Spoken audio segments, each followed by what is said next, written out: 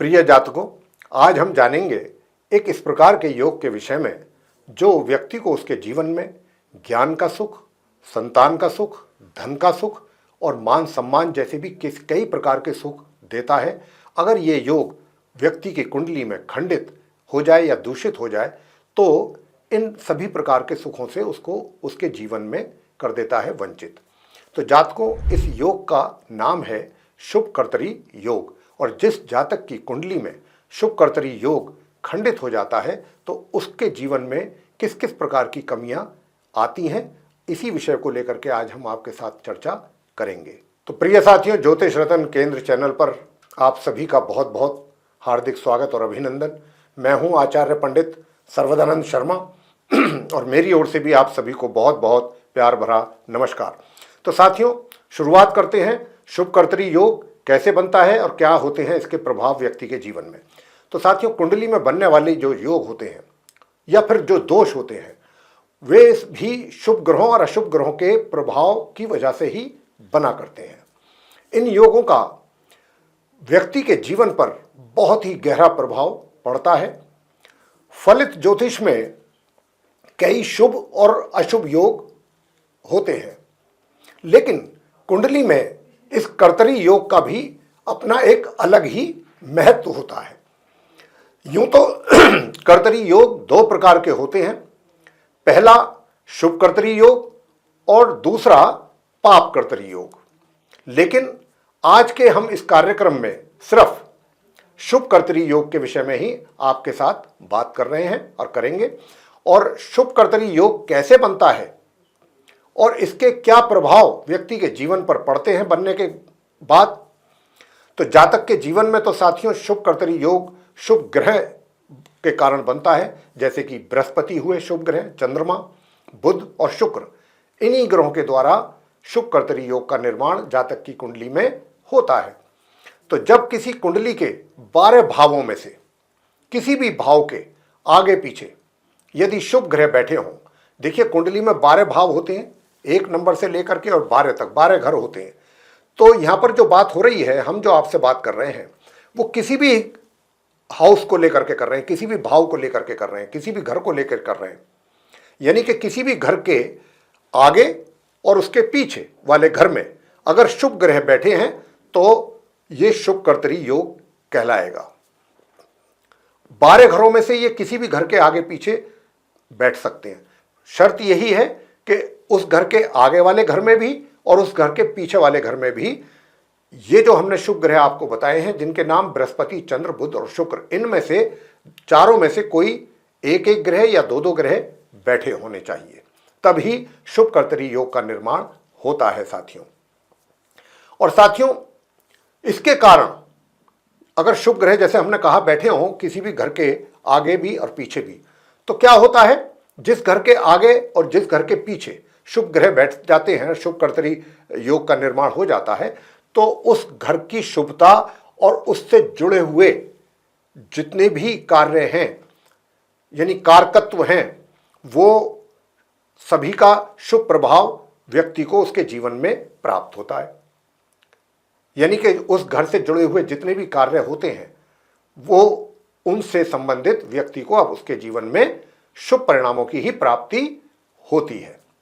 ये जो शुभ कर्तरी योग है 12 घरों में से कहीं पर भी बन सकता है। अगर ये लगन भाव में बन जाए, लगन यानी कि फर्स्ट हाउस के आगे भी यानी कि दूसरे घर में भी और पिछले 12वें घर में भी शुभ ग्रह बैठ जाए तो शुभ कर्तरी योग बन गया। इसी प्रकार चंद्रमा जहां बैठे हैं आपकी राशि में, चंद्रमा के भी अगर आगे भी और पीछे भी शुभ ग्रह बैठ जाए, यानी कि बृहस्पति, चंद्र, बुध और शुक्र में से कोई भी एक एक ग्रह या दो दो ग्रह बैठ जाए आगे पीछे, तो जिस घर में ये योग बन रहा है, जिस घर के आगे पीछे, वो उस घर की शुभता और उससे संबंधित जितने भी कार्य हैं वो जीवन में उसमें व्यक्ति सफलता पाता है और उससे संबंधित सुखों की प्राप्ति करता है।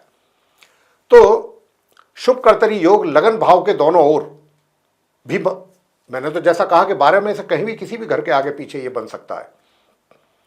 और अगर लगन भाव के दोनों ओर शुभ ग्रह बैठ जाएं, फर्स्ट हाउस के आगे भी और पीछे भी, दूसरे भाव में और 12वें भाव में, तो उसके कारण जातक क्या होता है, तेजस्वी होता है, धनवान और पराक्रमी होता है साथियों। तो आपसे भी हम यही कहेंगे कि अगर आप भी अपने पास अपनी कुंडली है आपके पास, तो वो खोल करके और देखिए, बहुत आसानी से ये चीज़ आपको पता लग सकती है। जैसा कि हम बता रहे हैं, आपको समझा रहे हैं, उसी के अनुसार आप चेक करें तो आपको भी पता लग जाएगा कि आपकी कुंडली में शुभ कर्तरी योग बना है 12 घरों में से तो कहाँ पर बन रहा है। तो अभी हम आपसे बात कर रहे हैं कि अगर लगन, यानी कि जिसको फर्स्ट हाउस कहते हैं, उसके पीछे भी 12वें घर में भी और आगे दूसरे घर में भी अगर शुभ ग्रह बैठ जाएं तो ये शुभ कर्तरी योग कहलाता है साथियों।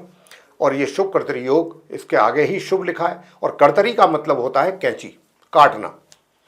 तो क्या होता है कि जब कोई भी अशुभता होती है उसको ये काट देता है। तो साथियों, जो व्यक्ति इस शुभ कर्तरी योग में पैदा होता है, उसका जन्म होता है, वह दीर्घायु होता है, अपने जीवन में सुखी होता है, लक्ष्मीवान, धनवान और वैभव से युक्त होता है। इतनी सारी चीजें उस व्यक्ति के जीवन में इस शुभ कर्तरी योग के द्वारा मिलती हैं। उसे शत्रुओं तथा रोगों से भय नहीं होता, शत्रुओं से भी भय नहीं होता, अर्थात ना तो उसके शत्रु होते, जब शत्रु ही नहीं होंगे तो भय किस बात का, और ना ही कोई रोग होते हैं उसको जीवन में, रोग के कोई परेशानी हो बहुत बड़ी, स्वास्थ्य बिगड़ जाए, ऐसा कुछ नहीं होता। छोटी मोटी समस्याएं चलती रहती हैं, लेकिन कोई बड़ी समस्या जीवन में उसको फेस नहीं करनी पड़ती स्वास्थ्य से संबंधित। लेकिन यदि शुभ ग्रहों के कारण कुंडली में, यदि शुभ ग्रहों के कारण कुंडली में शुभ कर्तरी योग का निर्माण हो गया तो उसके क्या प्रभाव जातक के जीवन में देखने में आते हैं, तो ये तो हमने आपको अभी बता दिया है।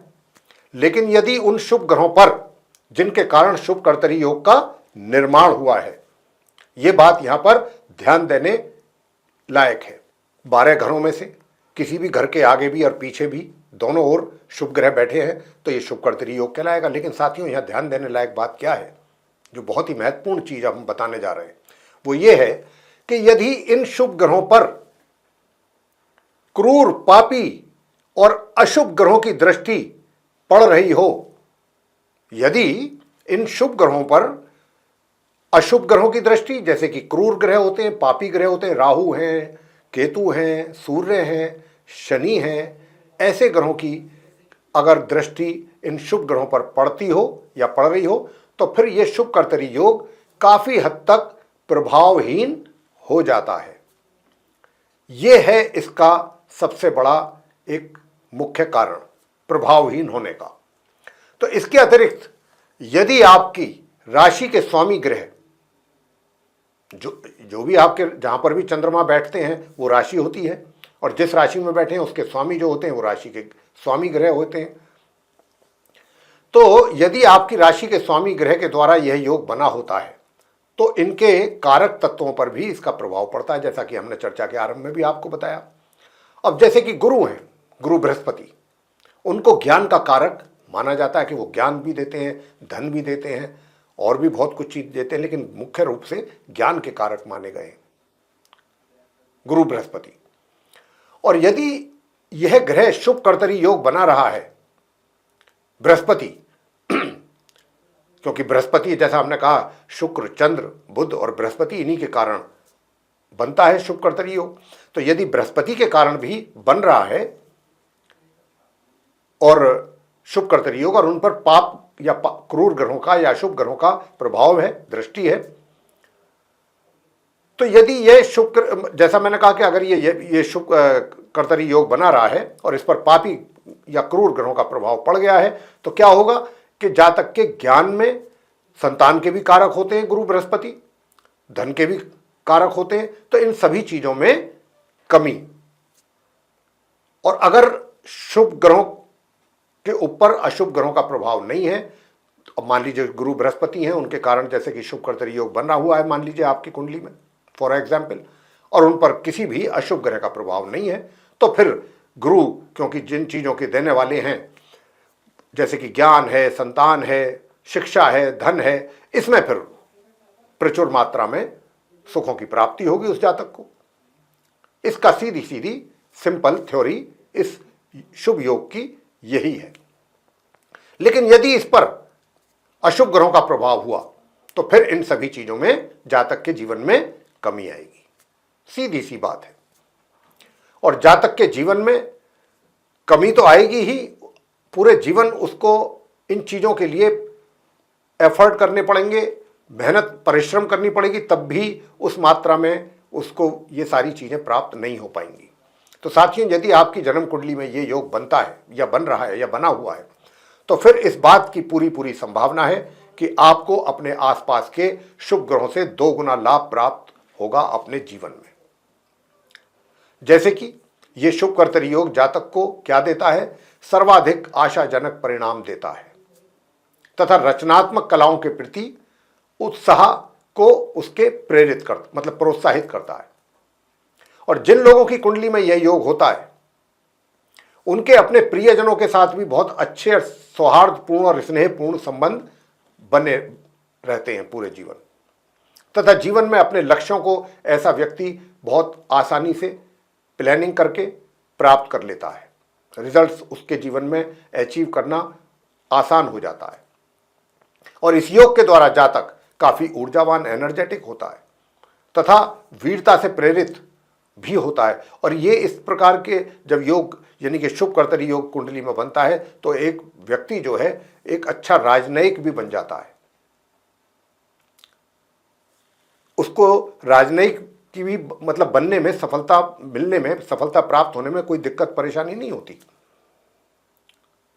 और ये योग जो होता है व्यक्ति को उसकी शिक्षा प्राप्ति को लेकर के, शिक्षा में सफलता प्राप्ति को लेकर के भी उसकी काफी मदद करता है अगर ये योग है कुंडली में तो। और यदि जातक स्पोर्ट्स एक्टिविटीज से जुड़ा हुआ है तो उसका प्रदर्शन हमेशा ही सराहनीय होगा, प्रशंसनीय होगा और काफी उत्कृष्ट रहेगा। और इस योग से जातक को उसके व्यक्तिगत और पेशेवर जीवन दोनों में ही बहुत अच्छा लाभ उसके जीवन में मिलता है। जिन जातकों की कुंडली में यह योग बना हुआ है तो उनको इस बात का भी बहुत विशेष ध्यान रखना होगा जो अब हम बताने जा रहे हैं कि साथियों, यदि आपकी कुंडली में भी ये शुभ कर्तरी योग बना हुआ है तो उससे और अधिक अच्छे और शुभ परिणाम अपने जीवन में प्राप्त करना अगर आप चाहते हैं, शुभ कर्तरी योग को और अधिक शुभ बनाना चाहते हैं, तो फिर आपको उसके लिए क्या करना होगा? अपने पिता या पिता तुल्य जो लोग हैं उनका सम्मान करना होगा, उनकी देखभाल करनी होगी। अगर आप ये कार्य करेंगे तो ये शुभ कर्तरी योग का जो शुभ परिणाम है कई गुना अधिक बढ़ जाएंगे आपके जीवन में। और इस जीवन में आप इस शुभ कर्तरी योग का पूरा पूरा लाभ उठा पाएंगे। तो प्रिय साथियों, ये थी चर्चा शुभ कर्तरी योग को लेकर के। हम आशा करते हैं कि ये जो डिटेल में हमने आपसे शुभ कर्तरी योग के विषय में बात की है आपको पसंद आई होगी। और अगर आपको ये चर्चा पसंद आई है तो आप इस वीडियो को लाइक जरूर कर दें और चैनल को भी सब्सक्राइब करना ना भूलें।